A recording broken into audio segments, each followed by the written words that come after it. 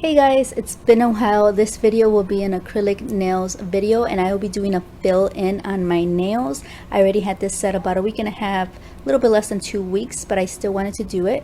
And you can tell it's a little bit that needs to get done, not much, but I still thought, why not? We have the time to do this. And I'm going to be using my medium nail bits, and I'm just going to clean off by the cuticle and just take down some of the product, just so that when I do the fill it's not bulky and I can make sure I have it as clean as possible. And then towards the end of the video I will show you guys how I did this nail set from beginning to end. So at the end I'm going to use my practice hand and I'm going to just do it from scratch. My practice hand already has a nail tip, so I'm just going to go ahead and apply the acrylic just like I would on my nail, just so you can see how I did this set. Because it is a fill-in set, you won't fully see everything I did, so that will be towards the end of the video. So I just do this to all my nails. I make sure I clean it off, I just get it ready and prepped.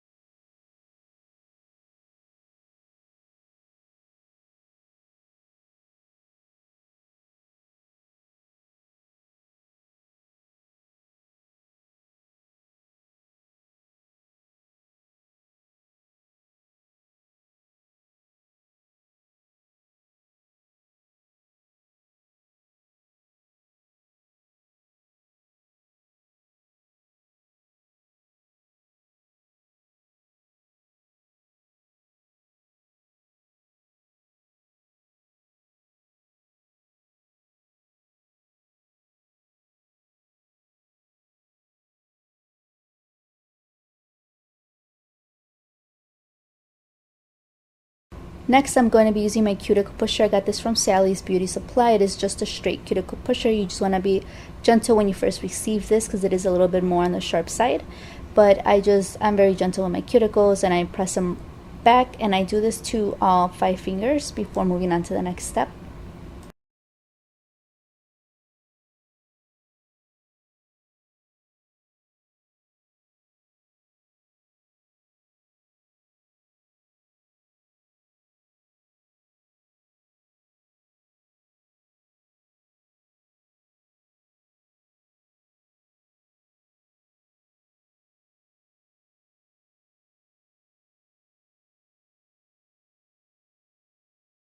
I'm now going to use my medium grit sanding band, and I use this just to clean off my cuticle and to prep my nail if there's any other imperfections there as well. You just want to be very gentle with this. Do it as low as RPM as you can, and do not press too much pressure on there, and always lift your bit when you are using your electric file. So yeah, I'm just cleaning off my nail and I'm debulking any apex that's on there because the nail grew out already, so my apex already moved. So I want to make sure it's set back to where it's at. I don't show you here, but towards the end, I think a few more steps, I took the length down because they are just too long for me. I kept hitting them in places, so I did take the length down. You will see 1 or 2 nails. I didn't capture the whole thing on camera. I didn't decide to do that until the end, that I was like, okay, yeah, these are too long for me right now. And I feel like I started using this when I began as a student. Then I found all these cool smaller cuticle bits that I got into, and now I feel like I'm going right back into these sanding bands. They just don't let me down. They are just very bulky sometimes, and my fingernails are very small, so I just have to be extra careful when I do this on myself or on clients that have really small nail bits. I will be using my favorite primer, Protein Bond, and I will be very gentle and put this on the outgrowth of my nail. And I only do it there. I don't do it on the artificial product, like the actual artificial nail, the acrylic, the gel, whatever I'm using. I just specifically do it on the natural nail. If you guys have any of your primers that you love, please comment below. I would be so interested in trying new ones. I know this is my favorite go-to, but I've been feeling like trying new things. Now I'm using Mia Secret's clear acrylic, as you guys know, one of my favorites, and I'm using this no lift acrylic that I have left over that I went to Sally's because I needed it as an emergency backup. but I'm just finishing it off. It's not my favorite, but it's doing something. Lately I have been into Mia Secret's Monomer again. I started as a student, I let go of it, now I'm going back to it. I don't know, it's just moods. And I go in with very, very little amount of acrylic glitter, and I made this specific acrylic glitter. That's why it's in those little plastic containers. I get those containers from Walmart. They're just condiment containers. They're used to put condiments or any kind of food in there, and they're very small. They hold 2 ounces, so I'm able to do 2-ounce powders in there. I am almost done with this one because this was one of my clients' favorites, acrylics. But this one's pretty good. It's a mixture of different glitters, some hollow glitters there, and some glitters that reflect kind of green and blue depending on the light, and that's exactly what this color is. If you hit it with certain lighting, sometimes it looks like it's glowing in the dark green, sometimes it looks baby blue, sometimes it looks pink and like coral, really, really pretty. So when I put this on and I did it on my nails, I was like, oh my god, I don't know if I like this color. But then when I did it on my mannequin hand all over again, I was like, oh, that looks pretty. It always looks prettier on someone else. I don't know.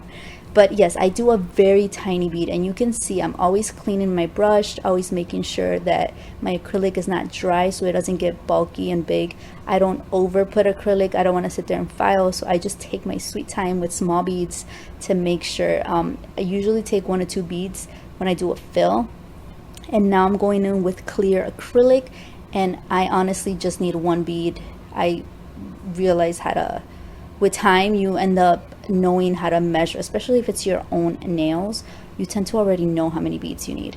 I just need 1 bead, usually by the cuticle, and then another bead for the apex to build. Don't be afraid to go in with a ton of small beads. It's really preference and your choice what helps you. Just because other nail techs are doing things with 1 bead or 2 beads or whatever amount of beads it is, it's totally fine. Whatever works for you, as long as you are properly doing it and they are lasting and they're not breaking and they're being very durable. Now, if your acrylic tends to be stiff and not move, you can always go back in, clean your brush, and go in with more monomer. That softens the acrylic right away, so it makes it a lot smoother to move.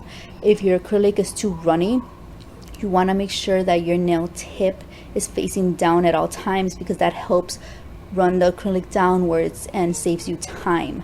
Also, if it's too runny, just dry up your brush in the paper towel before going back into the acrylic to press it down. Sometimes give it a few seconds on the nail for it to start setting a little bit before you press it, because if it's wet and you're pressing down with your brush, you're just going to leave dents and imperfections, and then that's how you get a bulky dented nail.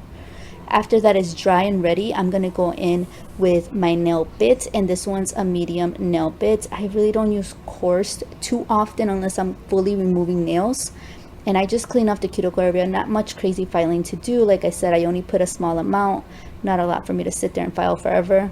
And I just clean off the cuticle area. If I feel I need to take down the apex a little bit, if it's too sharp, I tend to not like it on myself. I always get to know my clients and their job and what they do, so that helps me a lot to see the length and the shape and all that. Now I'm taking off. Here's when I realized, okay, these nails are way too big for me right now. So I took off quite a big amount, I would say. I mean, compared to what I'm used to. I took a big amount off, and I was able to do something where I can manage my phone, manage the computer, so I can edit, and I can still do my normal regular things. So that's what I do with the bit. I just remove it. Now, if you do use a coarse bit, of course, it's faster. You don't waste as much time. I don't mind taking my time, so I just use a medium. Sometimes, like I said, I'll use a coarse if I'm removing the product completely off my nail, or right before I'm going to soak it off. It's easier to remove and faster. And as soon as I'm done, I just grab my hand file and I shape it. Usually I do like a very tapered in coffin.